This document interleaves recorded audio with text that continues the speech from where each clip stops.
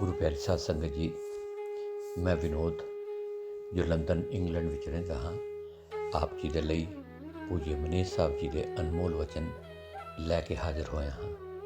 ਬੇਨਤੀ ਹੈ ਕਿ ਜੋ ਕੋਈ ਵੀ ਪ੍ਰੇਮੀ ਇਹਨਾਂ ਵਚਨਾਂ ਨੂੰ ਸੁਣੇ ਅਤੇ ਕੋਸ਼ਿਸ਼ ਕਰਕੇ ਇਹਨਾਂ ਵਚਨਾਂ ਤੋਂ ਲਾਭ ਉਠਾਵੇ। ਤਾਂ ਸਾਧ ਸੰਗਤ ਜੀ, ਪੇਸ਼ ਹਨ ਪੂਜਯ ਮਨੀਸ਼ ਸਾਹਿਬ ਜੀ ਦੇ ਅਨਮੋਲ ਵਚਨ। ਅਤੇ ਅੱਜ ਕੱਲ੍ਹ ਤੋਂ ਅੱਗੇ ਵਚਨ ਨੰਬਰ 499। ਅੱਜ ਡੇਰਾ ਜਗਮਾਲਵਾੜੀ ਵਿੱਚ ਰਾਤ ਦੀ ਮਜਲਿਸ 'ਚ ਪੂਜਯ ਮਨੀਸ਼ ਸਾਹਿਬ ਜੀ ਨੇ ਰਾਵਤਸਰ ਤੋਂ ਆਏ ਪ੍ਰੇਮ ਨਾਲ ਗੱਲਬਾਤ ਕਰਕੇ ਪੁੱਛਿਆ ਕਿ ਸਰਪੰਚ ਸਾਹਿਬ ਨੂੰ ਸਤਸੰਗ ਦੀਆਂ ਕੈਸਟਾਂ ਦੇ ਦਿੱਤੀਆਂ ਸਨ।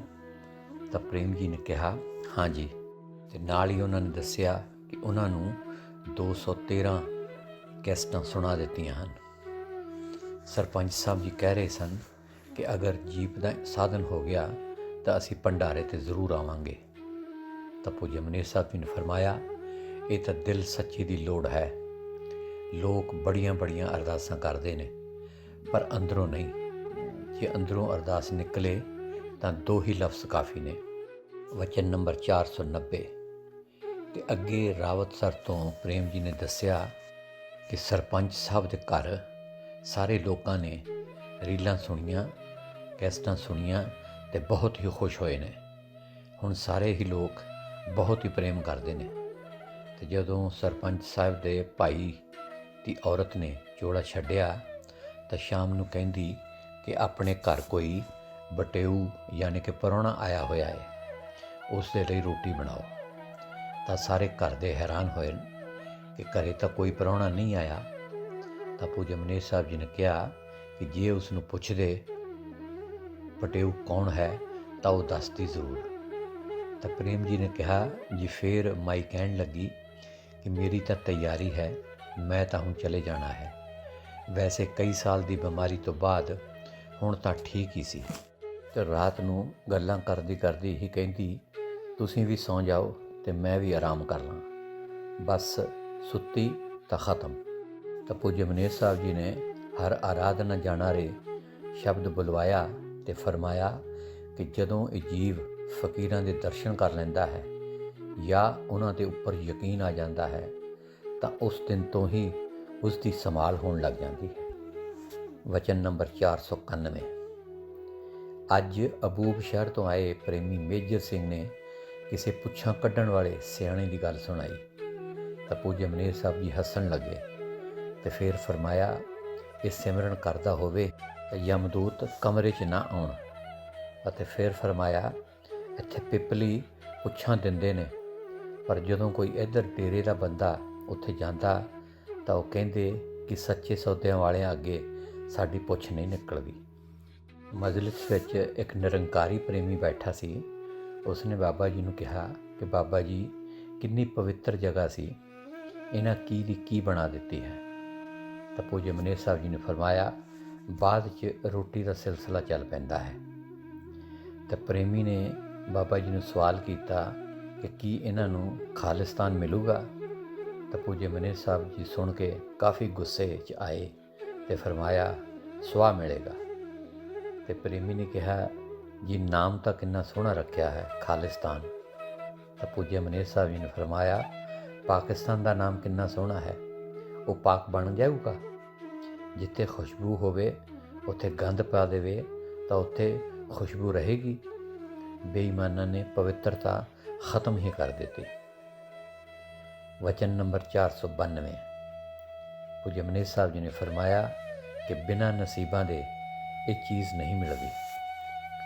ਵਚਨ ਨੰਬਰ 493। ਅੱਜ ਡੇਰਾ ਜਗਮਾਲਵਾੜੀ ਵਿੱਚ ਰਾਤ ਦੀ ਮਜਲਿਸ 'ਚ ਬਰਾਂਡੇ 'ਚ ਕਲੋਨੀ ਦੀਆਂ ਬੀਬੀਆਂ ਪਿੱਛੇ ਬੈਠੀਆਂ ਸੂਤ ਦੇ ਤਾਣੇ ਲਈ ਗੋਲੇ ਬਣਾਉਣ ਦੀ ਸੇਵਾ ਕਰ ਰਹੀਆਂ ਸਨ। ਤਾਂ ਪੂਜਯ ਮਨੀਸ਼ ਸਾਹਿਬ ਜੀ ਨੇ ਫਰਮਾਇਆ, ਇਹ ਠੀਕ ਹੈ। ਤਾਂ ਤੀਰਥ ਸਿੰਘ ਦੇ ਘਰ ਵਾਲੀ ਪ੍ਰਧਾਨ ਕਹਿਣ ਲੱਗੀ, ਬਾਬਾ ਜੀ, ਊਂ ਤਾਂ ਨੀਂਦ ਆ ਜਾਂਦੀ ਹੈ, ਜੇ ਕੰਮ 'ਚ ਲੱਗਿਆ ਰਹੇ ਤਾਂ ਠੀਕ ਹੈ। ਅਤੇ ਫਿਰ ਬੀਬੀ ਨੇ ਕਿਹਾ, ਜੀ ਇਹ ਸੂਤ ਨਰਮ ਬਹੁਤ ਹੈ, ਟੁੱਟਦਾ ਬਹੁਤ ਜਲਦੀ ਹੈ। ਪੂਜਯ ਮਨੀਸ਼ ਸਾਹਿਬ ਜੀ ਨੇ ਫਰਮਾਇਆ, ਇਹ ਸੂਤ ਇਸੇ ਤਰ੍ਹਾਂ ਦਾ ਹੀ ਹੁੰਦਾ ਹੈ। ਸੂਤ ਦਾ ਅਸੀਂ ਵਪਾਰ ਕਰਦੇ ਰਹੇ ਹਾਂ, ਸਾਡੀ ਕੰਪਨੀ 'ਚ ਹੁੰਦਾ ਸੀ। ਫਿਰ ਆਪ ਜੀ ਨੇ ਪਿਛਲੇ ਟਾਈਮ ਦੇ ਸਸਤੇ ਭਾਅ ਦੀ ਗੱਲ ਕਰਦੇ ਹੋਏ ਫਰਮਾਇਆ ਕਿ ਸੋਨਾ 20 ਰੁਪਏ ਤੋਲੇ ਤਾਂ ਅਸੀਂ ਖਰੀਦਿਆ ਹੈ। ਇੱਕ ਵਾਰੀ ਅਸੀਂ 11 ਰੁਪਏ ਦਾ ਕੰਬਲ ਲਿਆ ਸੀ, ਇਟਲੀ ਦਾ ਬਣਿਆ ਹੋਇਆ। ਫਿਰ ਪਤਾ ਨਹੀਂ ਅਸੀਂ ਕਿੱਥੇ ਰੱਖ ਕੇ ਭੁੱਲ ਗਏ।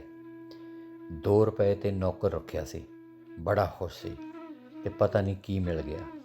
ਤੇ ਫਿਰ ਫਰਮਾਇਆ ਕਿ 1 ਰੁਪਏ ਸੇਰ ਘਿਓ ਤਾਂ ਅਸੀਂ ਖਰੀਦਿਆ ਹੈ। ਭਾਅ ਸੁਣ ਕੇ ਕੋਈ ਮੰਨੇਗਾ ਹੁਣ? ਅਤੇ ਫਿਰ ਆਪ ਜੀ ਨੇ ਚੌਧਰੀ ਖਿਆਲੀ ਰਾਮ ਜੀ ਵੱਲ ਇਸ਼ਾਰਾ ਕਰਦੇ ਹੋਏ ਆਪਣੀ ਲੋਈ ਬਾਰੇ ਫਰਮਾਇਆ, ਇਹ ਲੋਈ ਅਸੀਂ ਅਮਰਪੁਰ ਡੇਰੇ ਸੀ ਜਦੋਂ 64 ਰੁਪਏ ਦੀ ਲਈ ਸੀ, ਹੁਣ 350 ਰੁਪਏ ਦੀ ਹੈ। ਵਚਨ ਨੰਬਰ 494।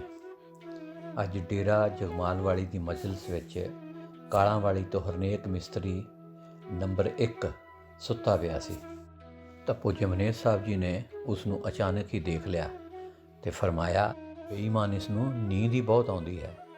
ਜਦ ਵੀ ਦੇਖੀਦਾ ਹੈ ਤੇ ਇਹ ਸੁੱਤਾ ਹੀ ਪਿਆ ਹੁੰਦਾ ਹੈ, ਪਤਾ ਨਹੀਂ ਨੀਂਦ ਕਿੱਥੋਂ ਆਉਂਦੀ ਹੈ। ਵਚਨ ਨੰਬਰ 495। ਅੱਜ ਡੇਰਾ ਜਗਮਾਲ ਵਾਲੀ ਵਿੱਚ ਰਾਤ ਦੀ ਮਜਲਿਸ 'ਚ ਜੰਡਵਾਲਾ ਤੋਂ ਲੜਕਾ ਬਹਾਦਰ, ਪਰ ਜਿਹਨੂੰ ਸਾਰੇ ਡੇਰੇ ਵਿੱਚ ਜੰਡ ਹੀ ਕਹਿੰਦੇ ਨੇ, ਲੱਤਾਂ 'ਚ ਸਿਰ ਦੇ ਕੇ ਸੁੱਤਾ ਪਿਆ ਸੀ ਤਾਂ ਪੂਜਯ ਮਨੇਰ ਸਾਹਿਬ ਜੀ ਨੇ ਫਰਮਾਇਆ, ਬੇਈਮਾਨ ਗਾਜਰਾਂ ਖਾ ਗਿਆ ਹੋਣਾ, ਤਾਂ ਹੀ ਸੁੱਤਾ ਪਿਆ ਹੈ। ਅਤੇ ਫਿਰ ਫਰਮਾਇਆ, ਅੱਜ ਕਿੰਨੀਆਂ ਗਾਜਰਾਂ ਖਾਧੀਆਂ ਨੇ, ਕਿਲੋ ਕਿ ਘੱਟ? ਤੇ ਜੰਡ ਨੇ ਕਿਹਾ, ਨਹੀਂ ਜੀ, ਕਿਲੋ ਤਾਂ ਨਹੀਂ, ਘੱਟ ਹੀ ਖਾਧੀਆਂ ਨੇ।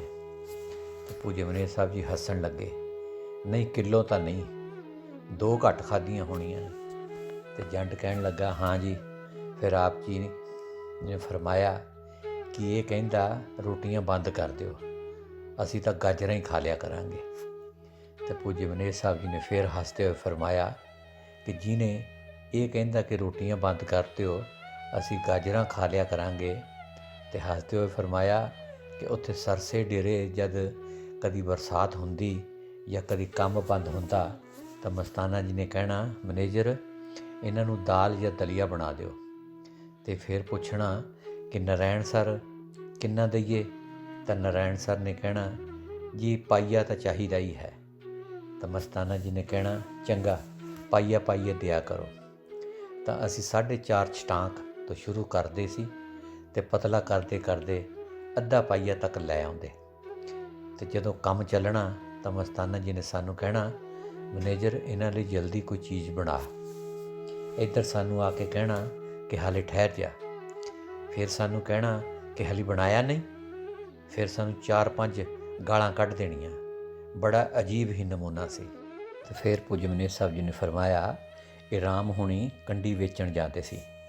ਇਹ 6-7 ਜਣੇ ਸੀ, ਬਾਕੀਆਂ ਨੇ ਤਾਂ ਦਲੀਆ ਖਾ ਲਿਆ ਤੇ ਇਹਦੇ ਲਈ ਰੱਖ ਦਿੱਤਾ। ਤੇ ਰਾਮ ਪਹਿਲਾਂ ਆ ਗਿਆ ਤੇ ਅਸੀਂ ਕਿਹਾ ਕਿ ਰਸੋਈ 'ਚ ਦਲੀਆ ਪਿਆ ਹੈ, ਤੂੰ ਆਪਣੀ ਇੱਕ ਬਾਟੀ ਲੈ ਲੈ ਤਾਂ ਅਸੀਂ ਇੱਧਰ ਕੰਮ ਦੇਖਣ ਚੱਲੇ ਹਾਂ। ਤਾਂ ਇਸਨੇ 6-7 ਆਦਮੀਆਂ ਦਾ ਸਾਰਿਆਂ ਦਾ ਹੀ ਦਲੀਆ ਖਾ ਲਿਆ। ਹੁਣ ਹੋਰ ਨਾ ਬਣਾਉਣ ਜੋਗੇ ਤੇ ਦੂਸਰੇ ਨਾਲ ਦੇ ਵਿਚਾਰੇ ਦੇਖਣ। ਹੁਣ ਰਾਮ ਡਰੇ। ਸ਼ਾਮ ਨੂੰ ਮਸਤਾਨਾ ਜੀ ਨੂੰ ਦੱਸਿਆ ਤਾਂ ਮਸਤਾਨਾ ਜੀ ਨੇ ਰਾਮ ਨੂੰ ਬੁਲਾਇਆ ਤੇ ਕਹਿੰਦੇ, ਇੰਨੇ ਜਣਿਆਂ ਦਾ ਇਕੱਲਾ ਹੀ ਤੂੰ ਦਲੀਆ ਖਾ ਗਿਆ। ਹੁਣ ਰਾਮ ਬਹੁਤ ਜ਼ਿਆਦਾ ਡਰਦਾ ਸੀ ਤੇ ਮਸਤਾਨਾ ਜੀ ਲੜਨ ਗਏ ਤਾਂ ਮਸਤਾਨਾ ਜੀ ਕਹਿਣ ਲੱਗੇ, ਦੇਖੋ ਬਈ, ਮਸਤਾਨੇ ਪਿੱਛੇ ਰੋਜ਼ ਇੰਨੀ ਭੁੱਖ ਰੱਖਦੇ ਨੇ। ਅਤੇ ਫਿਰ ਪੂਜਯ ਮਨੇਰ ਸਾਹਿਬ ਜੀ ਨੇ ਫਰਮਾਇਆ, ਉੱਥੇ ਸਰਸੇ ਡੇਰੇ ਸਾਧੂ ਭੁੱਖ ਦੇ ਮਾਰੇ ਕੱਦੂ ਬਤਾਊ ਕੱਚੇ ਹੀ ਖਾ ਜਾਂਦੇ ਸੀ। ਤੇ ਨਾਲ ਹੀ ਫਰਮਾਇਆ, ਜੱਜ ਸਾਹਿਬ ਨੂੰ ਅਸੀਂ ਕਈ ਵਾਰੀ ਫੜਿਆ ਸੀ ਤਾਂ ਜੱਜ ਸਾਹਿਬ ਕਹਿਣ ਲੱਗੇ, ਜੀ ਕੱਚੇ ਕਰੇਲੇ ਵੀ ਖਾ ਲੈਂਦੇ ਸੀ ਜਦੋਂ ਭੁੱਖ ਲੱਗਦੀ ਸੀ, ਪਰ ਮਸਤਾਨਾ ਜੀ ਉਦੋਂ ਹੀ ਦੇਖ ਲੈਂਦੇ ਸੀ ਤੇ ਲੁਕਣ ਵੀ ਨਹੀਂ ਸੀ ਦਿੰਦੇ। ਉਦੋਂ ਹੀ ਪੁੱਛ ਲੈਂਦੇ, ਕਿਉਂ ਬਈ, ਭੁੱਖ ਲੱਗੀ ਹੈ? ਵਚਨ ਨੰਬਰ 496। ਪਿੰਡ ਅਬੂਬ ਸ਼ਹਿਰ ਤੋਂ ਪ੍ਰੇਮੀ ਮੇਜਰ ਸਿੰਘ ਨਾਲ ਗੱਲਬਾਤ ਕਰਦਿਆਂ ਰਾਤ ਦੀ ਮਜਲਿਸ 'ਚ ਪੂਜਯ ਮਨੇਰ ਸਾਹਿਬ ਜੀ ਨੇ ਫਰਮਾਇਆ, ਕਾਲ ਬੜਾ ਖਰਾਬ ਕਰਦਾ ਹੈ, ਕਿਸੇ ਵੀ ਜੀਵ ਨੂੰ ਠੀਕ ਚੱਲਣ ਨਹੀਂ ਦਿੰਦਾ। ਇਹ ਅਸੀਂ ਦੇਖ ਲਿਆ ਹੈ ਕਿ ਕਿਹੜਾ ਪ੍ਰੇਮੀ ਨਾਮ ਜਪਦਾ ਹੈ ਤੇ ਅਸੂਲ ਠੀਕ ਰੱਖਦਾ ਹੈ, ਉੱਥੇ ਤਾਂ ਬਰਕਤਾਂ ਹੀ ਬਰਕਤਾਂ ਨੇ। ਜਿਹੜਾ ਇੱਧਰ ਉੱਧਰ ਹੁੰਦਾ ਹੈ ਉਸ ਦੀ ਖੱਲ ਵੀ ਨਿਕਲਦੀ ਹੈ। ਵਚਨ ਨੰਬਰ 497। पूज्य मनेस साहब जी ने फरमाया, अंदर ख्याल आया नहीं, बस कर्म बनया नहीं। वचन नंबर 498। ਰਾਵਤਸਰ ਤੋਂ ਆਏ ਡਾਕਟਰ ਜੀਤ ਰਾਮ ਨੂੰ ਰਾਤ ਦੀ ਮਜਲਿਸ 'ਚ ਪੂਜਯ ਮਨੇਸ ਸਾਹਿਬ ਜੀ ਨੇ ਪੁੱਛਿਆ ਕਿ ਪ੍ਰੇਮ ਦੀ ਦੁਕਾਨ ਬੰਦ ਹੈ? ਤਾਂ ਡਾਕਟਰ ਜੀਤ ਨੇ ਕਿਹਾ ਹਾਂਜੀ। ਤਾਂ ਪੂਜਯ ਮਨੇਸ ਸਾਹਿਬ ਜੀ ਨੇ ਫਰਮਾਇਆ, ਉਹ ਬੇਈਮਾਨ, ਉਸ ਦੀ ਔਰਤ ਨੂੰ ਤਾਂ ਇੰਨਾ ਪ੍ਰੇਮ ਕਮਾਲ ਦਾ ਪਰਚਾ ਮਿਲਿਆ ਹੈ। ਪਹਿਲੇ ਤਾਂ ਉਸ ਨੂੰ ਹਿਸਟੀਰੀਆ ਯਾਨੀ ਕਿ ਦੌਰੇ ਪੈਂਦੇ ਸੀ। ਫਿਰ ਫਰਮਾਇਆ ਕਿ ਜਿਵੇਂ ਨਾਮਦੇਵ ਨੇ ਠਾਕਰ ਨੂੰ ਦੁੱਧ ਪਿਲਾਇਆ ਸੀ, ਬਸ ਉਸੇ ਤਰ੍ਹਾਂ ਦਾ ਹੀ ਨਮੂਨਾ ਦਿਖਾ ਦਿੱਤਾ ਹੈ। ਅਤੇ ਫਿਰ ਫਰਮਾਇਆ, ਕਮਾਲ ਦਾ ਪ੍ਰੇਮ ਛੁਪਿਆ ਪਿਆ ਹੈ। ਤਾਂ ਜੱਜ ਸਾਹਿਬ ਜੀ ਨੇ ਕਿਹਾ, ਜੀ ਇਸੇ ਤਰ੍ਹਾਂ ਦਾ ਪ੍ਰੇਮ ਕਈ ਛੁਪੇ ਪਏ ਨੇ। ਤਾਂ ਪੂਜਯ ਮਨੇਸ ਸਾਹਿਬ ਜੀ ਨੇ ਫਰਮਾਇਆ, ਤਾਂ ਹੀ ਤਾਂ ਦੁਨੀਆ ਖੜੀ ਹੈ। ਫਿਰ ਫਰਮਾਇਆ, ਬਿਲਕੁਲ ਠੀਕ ਹੈ, ਕਮਾਲ ਦਾ ਪ੍ਰੇਮ ਹੈ। ਫਿਰ ਇਹ ਸ਼ਬਦ ਸਤਿਗੁਰ ਪਿਆਰੇ ਕੇ ਸਿਵਾ ਬੁਲਵਾਇਆ ਅਤੇ ਯਾਦ ਕੀਤਾ ਹੈ। ਇਹ ਸੱਚੀ ਤੜਫ ਦੀ ਗੱਲ ਹੈ, ਕਮਾਲ ਦਾ ਪ੍ਰੇਮ ਹੈ ਪ੍ਰੇਮ ਦੀ ਔਰਤ ਨੂੰ।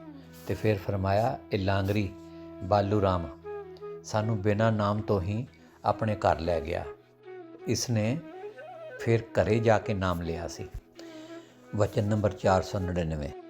ਅੱਜ ਮਜਲਿਸ ਦੀ ਸਮਾਪਤੀ ਤੋਂ ਬਾਅਦ ਪੂਜਯ ਮਨੇਸ ਸਾਹਿਬ ਜੀ ਨੇ ਰਘਵੀਰ ਜੀ ਨੂੰ ਕਿਹਾ ਕਿ ਭੰਡਾਰੇ ਦੀਆਂ ਚਿੱਠੀਆਂ ਛਾਪ ਕੇ ਪਾ ਦੇਣ।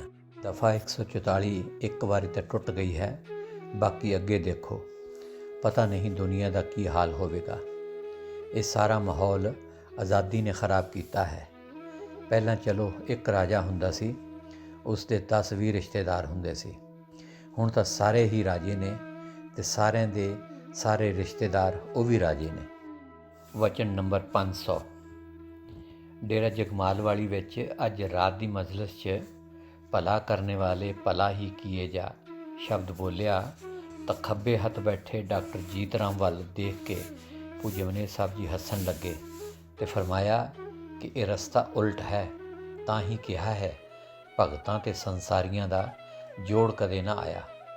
ਅਤੇ ਫਿਰ ਫਰਮਾਇਆ, ਇਹ ਉਲਟ ਰਸਤਾ ਹੈ। ਵਚਨ ਨੰਬਰ 501। ਅੱਜ ਰਾਤ ਨੂੰ ਮੈਂ ਨੀਵਾਂ ਮੇਰਾ ਮੁਰਸ਼ਿਦ ਉੱਚਾ ਜਦ ਇਹ ਸ਼ਬਦ ਬੋਲਿਆ ਅਤੇ ਜਦ ਹੱਥ ਫੜਦੇ ਮੈਨੂੰ ਕੜੀ ਬੋਲੀ ਤਾਂ ਪੂਜਯ ਮਨੇਸ ਸਾਹਿਬ ਜੀ ਨੇ ਫਰਮਾਇਆ, ਅਸੀਂ ਜਦੋਂ ਸਰਸੇ ਸੀ, ਸਾਡੀ ਮਾਸੀ ਦੇ ਲੜਕੀ ਦੀ ਸ਼ਾਦੀ ਸੀ। ਉਹ ਸੱਚੇ ਪਾਤਸ਼ਾਹ ਨੂੰ ਮਠਿਆਈ ਦੇਣ ਆਇਆ ਸੀ।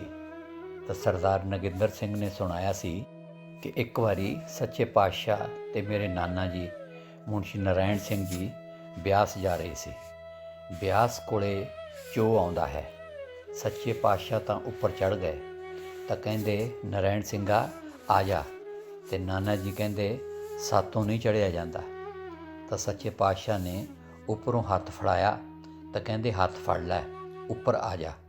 ਤਾਂ ਨਾਨਾ ਜੀ ਨੇ ਬਾਂਹ ਫੜ ਕੇ ਛੱਡ ਦਿੱਤੀ। ਤਾਂ ਸੱਚੇ ਪਾਤਸ਼ਾਹ ਕਹਿੰਦੇ, ਕੀ ਗੱਲ ਹੈ? ਤਾਂ ਨਾਨਾ ਜੀ ਕਹਿੰਦੇ, ਜੇ ਤੁਸੀਂ ਅੱਗੇ ਵੀ ਬਾਂਹ ਫੜੋਗੇ ਤਾਂ ਮੈਂ ਤੁਹਾਡੀ ਬਾਂਹ ਫੜੂੰਗਾ। ਤਾਂ ਸੱਚੇ ਪਾਤਸ਼ਾਹ ਕਹਿੰਦੇ, ਫਿਕਰ ਨਾ ਕਰ, ਅੱਗੇ ਵੀ ਇਸੇ ਤਰ੍ਹਾਂ ਹੀ ਲੈ ਕੇ ਜਾਵਾਂਗੇ। ਫਿਰ ਪੂਜਯ ਮਨੇਸ ਸਾਹਿਬ ਜੀ ਨੇ ਫਰਮਾਇਆ ਕਿ ਸਾਡੇ ਨਾਨਾ ਜੀ ਜਾਂਦੇ ਹੋਏ ਕਹਿ ਕੇ ਗਏ ਸੀ। ਅਤੇ ਫਿਰ ਫਰਮਾਇਆ, ਇਹ ਤਾਂ ਗਿਆਨੀ ਰੂੜ ਸਿੰਘ ਦੀਆਂ ਸਾਖੀਆਂ 'ਚ ਵੀ ਆਉਂਦਾ ਹੈ ਕਿ ਸੱਚੇ ਪਾਤਸ਼ਾਹ ਜੀ ਕਿਹਾ ਕਰਦੇ ਸਨ ਕਿ ਮੁਨਸ਼ੀ ਨਾਰਾਇਣ ਸਿੰਘ ਸਾਡੇ ਦੋਸਤ ਸਨ। ਪਹਿਲਾਂ ਤਾਂ ਮੰਨਦੇ ਨਹੀਂ ਸਨ, ਫਿਰ ਮੰਨਣ ਲੱਗੇ। ਜਾਂਦੇ ਹੋਏ ਕਹਿ ਕੇ ਗਏ ਕਿ ਸਾਡੀ ਨੂੰਹ ਨੂੰ ਵੀ ਨਾਮ ਦਵਾ ਦੇਣਾ। ਵਚਨ ਨੰਬਰ 502। ਅੱਜ ਦਿੱਲੀ ਤੋਂ ਸੱਚੇ ਪਾਤਸ਼ਾਹ ਦੇ ਚਿਤਾਏ ਹੋਏ ਪੁਰਾਣੇ ਸਤਸੰਗੀ ਚਾਚਾ ਰੱਖਿਆ ਰਾਮ ਜੀ ਅਤੇ ਉਹਨਾਂ ਦੇ ਲੜਕੇ ਰਘਵੀਰ ਜੀ ਡੇਰੇ ਦਰਸ਼ਨਾਂ ਲਈ ਆਏ ਹੋਏ ਨੇ। ਤਾਂ ਬਿਆਸ ਡੇਰੇ ਬਣਿਆ ਵੱਡਾ ਸਤਸੰਗ ਘਰ ਜੋ 1935 'ਚ ਬਣ ਰਿਹਾ ਸੀ, ਉਸ ਦੀਆਂ ਜੋੜੀਆਂ ਸਾਗਵਾਨ ਲੱਕੜ ਦੀਆਂ ਬਣੀਆਂ ਸਨ। ਜੋ ਲੱਕੜੀ ਸੱਚੇ ਪਾਤਸ਼ਾਹ ਨੇ ਖੁਦ ਖਰੀਦੀ ਸੀ, ਉਸ ਬਾਰੇ ਗੱਲ ਹੋ ਰਹੀ ਸੀ। ਤਾਂ ਚਾਚਾ ਰੱਖਿਆ ਰਾਮ ਜੀ ਨੇ ਪੂਜਯ ਮਨੇਸ ਸਾਹਿਬ ਜੀ ਵੱਲ ਬੇਨਤੀ ਕੀਤੀ, ਜੇ ਤੁਹਾਡੀ ਇਜਾਜ਼ਤ ਹੋਵੇ ਤਾਂ ਇੱਕ ਗੱਲ ਸੁਣਾਵਾਂ। ਤਾਂ ਪੂਜਯ ਮਨੇਸ ਸਾਹਿਬ ਜੀ ਨੇ ਕਿਹਾ, ਹਾਂਜੀ। ਤਾਂ ਚਾਚਾ ਰੱਖਿਆ ਰਾਮ ਜੀ ਨੇ ਦੱਸਿਆ ਕਿ ਜਦੋਂ ਬਿਆਸ ਬੜਾ ਸਤਸੰਗ ਘਰ ਬਣ ਰਿਹਾ ਸੀ, ਤਾਂ ਜਦੋਂ ਉਸ ਲਈ ਲੱਕੜੀ ਚਿਰਵਾਈ ਗਈ ਤਾਂ ਉਹਨਾਂ ਦਿਨਾਂ 'ਚ ਗੋਪੀ ਰਾਮ ਸਭ ਤੋਂ ਵੱਡਾ ਮਿਸਤਰੀ ਸੀ। ਗਲਤੀ ਨਾਲ ਲੱਕੜੀ ਦੀਆਂ ਲਰਾਂ 2-2 ਇੰਚ ਛੋਟੀਆਂ ਚੀਰੀਆਂ ਗਈਆਂ ਤਾਂ ਉਸ ਨੂੰ ਇਸ ਗੱਲ ਦਾ ਬੜਾ ਹੀ ਅਫਸੋਸ ਹੋਇਆ। ਤਾਂ ਸਾਰੇ ਮਿਸਤਰੀ ਹੈਰਾਨ ਕਿ ਇੰਨੀ ਮਹਿੰਗੀ ਲੱਕੜੀ ਸਾਰੀ ਖਰਾਬ ਹੋ ਜਾਏਗੀ। ਅਤੇ ਜਦੋਂ ਗੋਪੀ ਰਾਮ ਨੂੰ ਇਸ ਗੱਲ ਦਾ ਪਤਾ ਲੱਗਿਆ, ਉਹ ਤਾਂ ਕਹਿੰਦਾ ਕਿ ਮੈਂ ਤਾਂ ਨਹਿਰ 'ਚ ਡੁੱਬ ਕੇ ਮਰ ਜਾਵਾਂਗਾ, ਇੰਨਾ ਨੁਕਸਾਨ ਹੋ ਗਿਆ। ਹੁਣ ਉਹ ਨਹਿਰ 'ਚ ਡੁੱਬਣ ਲਈ ਚਲਾ ਗਿਆ ਅਤੇ ਅੱਗੋਂ ਸੱਚੇ ਪਾਤਸ਼ਾਹ ਮਿਲ ਗਏ। ਕਹਿੰਦੇ, ਗੋਪੀ ਰਾਮ ਤੂੰ ਕਿੱਧਰ ਜਾਂਦਾ ਹੈ? ਤਾਂ ਉਹ ਕਹਿਣ ਲੱਗਾ, ਜੀ ਮੈਂ ਜੰਗਲ ਪਾਣੀ ਜਾ ਰਿਹਾ ਹਾਂ, ਯਾਨੀ ਕਿ ਟੱਟੀ ਜਾ ਰਿਹਾ ਹਾਂ। ਤਾਂ ਸੱਚੇ ਪਾਤਸ਼ਾਹ ਕਹਿੰਦੇ, ਇੱਧਰ ਆ, ਸਾਡੀ ਗੱਲ ਸੁਣ ਜਾ। ਅਤੇ ਕਹਿੰਦਾ, ਜੀ ਲੈਟਰੀਨ ਬਹੁਤ ਤੇਜ਼ੀ ਨਾਲ ਆ ਰਹੀ ਹੈ। ਕਹਿੰਦੇ, ਨਹੀਂ, ਤੂੰ ਸਾਡੀ ਗੱਲ ਸੁਣ। ਤਾਂ ਸੱਚੇ ਪਾਤਸ਼ਾਹ ਨੇ ਉਸ ਨੂੰ ਰੋਕ ਲਿਆ। ਤਾਂ ਉਹ ਮਿਸਤਰੀ ਸੱਚੇ ਪਾਤਸ਼ਾਹ ਦੇ ਪੈਰੀਂ ਡਿੱਗ ਪਿਆ ਅਤੇ ਕਹਿਣ ਲੱਗਿਆ, ਸੱਚੇ ਪਾਤਸ਼ਾਹ ਮੇਰੇ ਕੋਲੋਂ ਇੱਕ ਗਲਤੀ ਹੋ ਗਈ ਹੈ। ਤਾਂ ਸੱਚੇ ਪਾਤਸ਼ਾਹ ਕਹਿੰਦੇ, ਕੀ ਗੱਲ ਹੈ? ਤਾਂ ਮਿਸਤਰੀ ਕਹਿੰਦਾ, ਜੀ ਲੱਕੜ ਦੀਆਂ ਲਰਾਂ ਗਲਤੀ ਨਾਲ 2-2 ਇੰਚ ਛੋਟੀਆਂ ਚੀਰੀਆਂ ਗਈਆਂ ਨੇ। ਤਾਂ ਸੱਚੇ ਪਾਤਸ਼ਾਹ ਜੀ ਕਹਿਣ ਲੱਗੇ, ਨਹੀਂ ਭਾਈ ਗੋਪੀ ਰਾਮ, ਤੂੰ ਬਹੁਤ ਸਿਆਣਾ ਹੈ, ਤੂੰ ਇਹ ਗਲਤੀ ਨਹੀਂ ਕਰ ਸਕਦਾ, ਤੁਹਾਡੇ ਹਿਸਾਬ 'ਚ ਗਲਤੀ ਲੱਗ ਗਈ ਹੋਣੀ ਹੈ। ਤਾਂ ਉਹ ਕਹਿੰਦਾ, ਨਹੀਂ ਜੀ, ਸਾਰਾ ਹਿਸਾਬ ਕਿਤਾਬ ਠੀਕ ਹੈ, ਲੱਕੜੀ 2-2 ਇੰਚ ਛੋਟੀ ਚੀਰੀ ਗਈ ਹੈ। ਤਾਂ ਸੱਚੇ ਪਾਤਸ਼ਾਹ ਜੀ ਕਹਿਣ ਲੱਗੇ, ਨਹੀਂ ਗੋਪੀ ਰਾਮ, ਤੈਨੂੰ ਭੁਲੇਖਾ ਹੈ, ਤੂੰ ਇਸ ਤਰ੍ਹਾਂ ਦੀ ਗਲਤੀ ਨਹੀਂ ਕਰ ਸਕਦਾ, ਤੂੰ ਤਾਂ ਬਹੁਤ ਹੀ ਸਮਝਦਾਰ ਅਤੇ ਸਿਆਣਾ ਆਦਮੀ ਹੈ, ਤੁਹਾਡੇ ਹਿਸਾਬ 'ਚ ਗਲਤੀ ਹੋਣੀ ਹੈ। ਅਤੇ ਜਦੋਂ ਆ ਕੇ ਦੇਖਿਆ ਤਾਂ ਸਾਰੀਆਂ ਲਰਾਂ ਠੀਕ ਨਿਕਲੀਆਂ। ਆਖਰ 'ਚ ਚਾਚਾ ਜੀ ਨੇ ਦੱਸਿਆ ਕਿ ਕਿਸ ਤਰ੍ਹਾਂ ਸਤਿਗੁਰ ਤਾਂ ਹਰ ਟਾਈਮ ਜੀਵ ਦੀ ਲਾਜ ਰੱਖਦਾ ਹੈ। ਅਤੇ ਫਿਰ ਪੂਜਯ ਮਨੀਸ਼ ਸਾਹਿਬ ਜੀ ਨੇ ਫਰਮਾਇਆ, ਸਤਸੰਗ ਘਰ ਦੀਆਂ ਚੁਗਾਠਾਂ ਕਾਬਲਿਆਂ ਨਾਲ ਕੱਸੀਆਂ ਹੋਈਆਂ ਨੇ। ਅਤੇ ਚਾਚਾ ਜੀ ਨੇ ਕਿਹਾ, ਹਾਂਜੀ। ਅਤੇ ਫਿਰ ਪੂਜਯ ਮਨੀਸ਼ ਸਾਹਿਬ ਜੀ ਨੇ ਫਰਮਾਇਆ ਕਿ ਜਦੋਂ ਵੱਡਾ ਸਤਸੰਗ ਘਰ ਬਣ ਰਿਹਾ ਸੀ ਤਾਂ ਅਸੀਂ ਨੀਹਾਂ 'ਚ ਥੋੜ੍ਹੀ ਕੁਟਾਈ ਕਰਿਆ ਕਰਦੇ ਸੀ ਅਤੇ ਕਦੇ ਜਾਂਦੇ ਸੀ ਅਤੇ ਅਸੀਂ ਉਦੋਂ ਪੜ੍ਹਦੇ ਸੀ। ਅਤੇ ਚਾਚਾ ਜੀ ਨੇ ਕਿਹਾ, ਜੀ ਤੁਹਾਨੂੰ ਤਾਂ ਕੋਈ ਰੁਕਾਵਟ ਨਹੀਂ ਹੋਣੀ, ਘਰ ਦੀ ਗੱਲ ਸੀ। ਵਚਨ ਨੰਬਰ 503। ਅੱਜ ਦਿਨ 'ਚ ਸਰਸਾ ਤੋਂ ਮਾਸਟਰ ਗੁਲਜ਼ਾਰੀ ਲਾਲ ਜੀ ਦੇ ਪਰਿਵਾਰ ਟਰੱਕ 'ਚ ਦਰਬਾਰ ਦਰਸ਼ਨ ਕਰਨ ਲਈ ਆਇਆ ਅਤੇ ਸਾਰੀ ਸੰਗਤ ਨੂੰ ਮੇਨ ਬਰਾਂਡੇ 'ਚ ਹੀ ਚਾਹ ਪਾਣੀ ਪਿਲਾਇਆ ਗਿਆ ਅਤੇ ਬਾਅਦ 'ਚ ਮਜਲਿਸ ਹੋਈ। ਅਤੇ ਪੂਜਯ ਮਨੀਸ਼ ਸਾਹਿਬ ਜੀ ਨੇ ਭਜਨ ਮੰਡਲੀ ਨੂੰ ਬੁਲਾਇਆ ਅਤੇ ਕਬੀਰ ਜੀ ਦੀ ਬਾਣੀ ਦਾ ਸ਼ਬਦ ਪਾਵਣਾ ਦਿਨ ਚਾਰ ਜੋਬਨ ਤਨਾ ਬੋਲਿਆ। ਤਾਂ ਪੂਜਯ ਮਨੀਸ਼ ਸਾਹਿਬ ਜੀ ਨੇ ਫਰਮਾਇਆ, ਦੇਖ ਲਓ ਇਨਸਾਨ ਦਾ ਕੀ ਨਮੂਨਾ ਬਣਾਇਆ ਹੈ, ਨਾੜੀ 'ਚ ਗੰਧ ਹੈ, ਬਾਹਰੋਂ ਕਿਸ ਤਰ੍ਹਾਂ ਸਾਫ਼ ਹੈ। ਮਾਰਵਾੜ 'ਚ ਦੇਖ ਲਓ 2-2 ਮੀਲ ਤੱਕ ਜੋਹੜ ਦੇ ਨੇੜੇ ਟੱਟੀ ਪਿਸ਼ਾਬ ਨਹੀਂ ਕਰਨ ਦਿੰਦੇ, ਪਰ ਪਸ਼ੂ ਨਾਲੇ ਵਿੱਚੇ ਹੀ ਪਾਣੀ ਪੀਂਦੇ ਨੇ ਅਤੇ ਨਾਲੇ ਵਿੱਚੇ ਹੀ ਪਿਸ਼ਾਬ ਗੋਹਾ ਕਰਦੇ ਨੇ। ਅਤੇ ਫਿਰ ਫਰਮਾਇਆ, ਇੱਥੇ ਆਪਣੇ ਹੀ ਦੇਖ ਲਓ, ਇਨਸਾਨ ਦੀ ਟੱਟੀ ਤਾਂ ਬਾਹਰ ਸਿੱਟਦੇ ਹਾਂ ਪਰ ਗੋਹੇ ਦਾ ਲੇਪਾ ਪੋਚਾ ਕਰਦੇ ਹਾਂ, ਚੁੱਲ੍ਹੇ ਚੌਂਕੇ 'ਤੇ ਜਾ ਕੇ ਪਵਿੱਤਰ ਹੋ ਜਾਏ। ਪਰ ਆਪ ਜੀ ਨੇ ਬਿਜਲੀ ਦੇ ਰੈਗੂਲੇਟਰ ਦੀ ਤਰਫ ਇਸ਼ਾਰਾ ਕਰਦੇ ਹੋਏ ਫਰਮਾਇਆ, ਦੇਖ ਲਓ ਬਾਹਰੋਂ ਕਿੰਨੀ ਸਫਾਈ ਹੈ, ਅੰਦਰ ਕਿਸ ਤਰ੍ਹਾਂ ਤਾਰਾਂ ਤੇ ਤਾਰਾਂ, ਇਸੇ ਤਰ੍ਹਾਂ ਹੀ ਇਸ ਸਰੀਰ ਦਾ ਹਾਲ ਹੈ। ਤਾਂ ਦਿੱਲੀ ਤੋਂ ਆਏ ਚਾਚਾ ਰੱਖਿਆ ਰਾਮ ਜੀ ਕਹਿਣ ਲੱਗੇ, ਸਾਡੀ ਤਾਂ ਇਹ ਰਾਏ ਹੈ ਕਿ ਇੱਥੇ ਡੇਰੇ 'ਚ ਇੱਕ ਇਨਸਾਨ ਦਾ ਪਿੰਜਰਾ ਲਿਆ ਕੇ ਰੱਖੋ ਤਾਂ ਕਿ ਉਸ ਨੂੰ ਦੇਖ ਕੇ ਪਤਾ ਲੱਗੇ ਕਿ ਹਰ ਆਦਮੀ ਐਵੇਂ ਹਾਏ ਕਰਦਾ ਫਿਰਦਾ ਹੈ, ਪਰ ਆਖਰ 'ਚ ਹਾਲਤ ਇਹੀ ਹੋਣੀ ਹੈ। ਪੂਜਯ ਮਨੀਸ਼ ਸਾਹਿਬ ਜੀ ਨੇ ਫਰਮਾਇਆ, ਹਾਂ ਇਹ ਠੀਕ ਹੈ। ਵਚਨ ਨੰਬਰ 504। ਅੱਜ ਭਗਤ ਨਾਮ ਜੀ ਦੀ ਬਾਣੀ ਦਾ ਸ਼ਬਦ ਨਾਮ ਰੂੜੋ ਬੋਲਿਆ ਤਾਂ ਪੂਜਯ ਮਨੀਸ਼ ਸਾਹਿਬ ਜੀ ਨੇ ਫਰਮਾਇਆ ਕਿ ਮਾਰਵਾੜ 'ਚ ਅਸੀਂ ਖੁਦ ਦੇਖਿਆ ਹੈ ਕਿ ਡੰਗਰਾਂ ਦੀ ਪੈੜਾਂ 'ਚੋਂ ਕੌਲੀਆਂ ਨਾਲ ਪਾਣੀ ਚੱਕਦੇ ਸੀ। ਕਹਿੰਦੇ ਜਿਵੇਂ ਉਹਨਾਂ ਨੂੰ ਪਾਣੀ ਪਿਆਰਾ, ਸਾਨੂੰ ਉਸੇ ਤਰ੍ਹਾਂ ਹੀ ਨਾਮ ਪਿਆਰਾ ਹੈ। ਕਿਵੇਂ ਊਠ ਨੂੰ ਬੱਲ ਪਿਆਰੀ ਹੈ, ਮਛਲੀ ਨੂੰ ਪਾਣੀ ਪਿਆਰਾ ਹੈ, ਬੀਬੀ ਨੂੰ ਪਤੀ ਪਿਆਰਾ ਹੈ, ਇਸੇ ਤਰ੍ਹਾਂ ਹੀ ਸਾਨੂੰ ਨਾਮ ਪਿਆਰਾ ਹੈ। ਵਚਨ ਨੰਬਰ 505। ਅੱਜ ਡੇਰਾ ਜਗਮਾਲ ਵਾਲੀ ਵਿੱਚ ਰਾਤ ਦੀ ਮਜਲਿਸ 'ਚ ਸਰਸਾ ਦੀ ਕਾਫੀ ਸੰਗਤ ਪ੍ਰੇਮੀ ਭਾਗ ਸਿੰਘ ਦੇ ਟਰੱਕ 'ਤੇ ਦਰਬਾਰ 'ਚ ਦਰਸ਼ਨਾਂ ਲਈ ਆਈ। ਤਾਂ ਭਾਗ ਸਿੰਘ ਨੇ ਦੱਸਿਆ, ਜੀ ਅੱਜ ਤਾਂ ਸਰਸੇ ਤੋਂ ਚੱਲਣ ਵੇਲੇ ਹੀ ਬੜਾ ਉਲਟ ਪੁਲਟ ਹੋ ਗਿਆ, ਕਾਫੀ ਸੰਗਤ ਤਾਂ ਉੱਥੇ ਹੀ ਰਹਿ ਗਈ, ਕਾਫੀ ਦੇਰ ਟਰੱਕ ਸਟਾਰਟ ਹੀ ਨਾ ਹੋਇਆ। ਉੱਥੇ ਤਾਂ ਇੱਕ ਨਵਾਂ ਹੀ ਆਦਮੀ ਸੀ, ਬਚਨ ਸਿੰਘ, ਉਸ ਦਾ ਕਈ ਦਿਨਾਂ ਦਾ ਖਿਆਲ ਸੀ ਡੇਰੇ ਆਉਣ ਦਾ। ਉਹ ਕਹਿਣ ਲੱਗਾ, ਭਾਗ ਸਿੰਘ, ਬੜੀ ਮੁਸ਼ਕਲ ਨਾਲ ਤਾਂ ਅੱਜ ਮੈਂ ਤਿਆਰ ਹੋਇਆ ਹਾਂ ਅਤੇ ਅੱਜ ਤੇਰਾ ਟਰੱਕ ਖਰਾਬ ਹੋ ਗਿਆ ਹੈ।